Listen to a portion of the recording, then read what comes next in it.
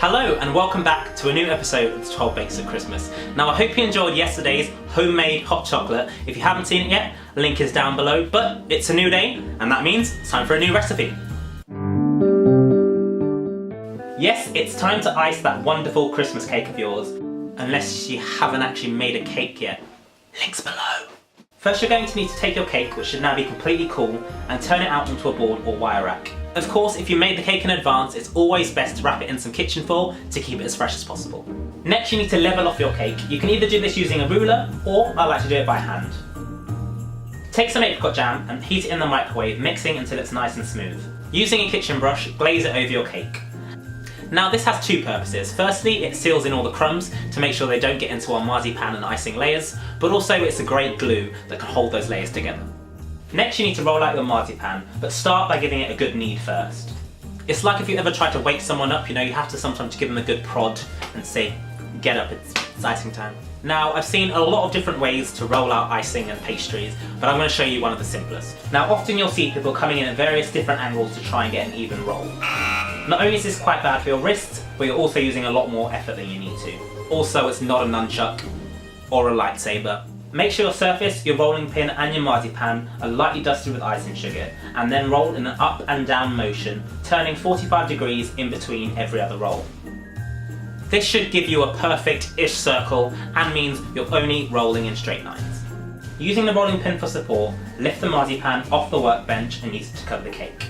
Now you want to start smoothing this icing down, starting from the top and then working your way to the sides. It's important to remember that the marzipan and icing are quite elastic, so feel free to pull them around as you go to help make sure you get a smooth finish. Smooth and trim as necessary, and then use a fondant smoother to make sure you have even edges. Now it doesn't have to be perfect as we're going to ice the top, but the smoother you get the marzipan layer, the smoother the top's going to be as well. Next you want to repeat the process with icing, rolling that out to about half a centimetre thick. Brush the top of the marzipan with some warm water just to help the icing stick, and then again, using the rolling pin, layer that over the top. Smooth and trim as necessary, and you're good to go. So there you have it. You've got yourself your iced Christmas cake, and there are loads of simple things you can do to give it an extra flair. You can make a snowman, you can do some little presents, or you can even go all out and create a Christmas winter wonderland. A simple way to neaten up your edges and make your cake look extra special is just to use a ribbon. Wrap that around the cake, cutting where necessary, and a simple trick is to use a blob of icing just to stick the ribbon together. Or of course, if you want to do something extra special, you can actually make a ribbon out of icing.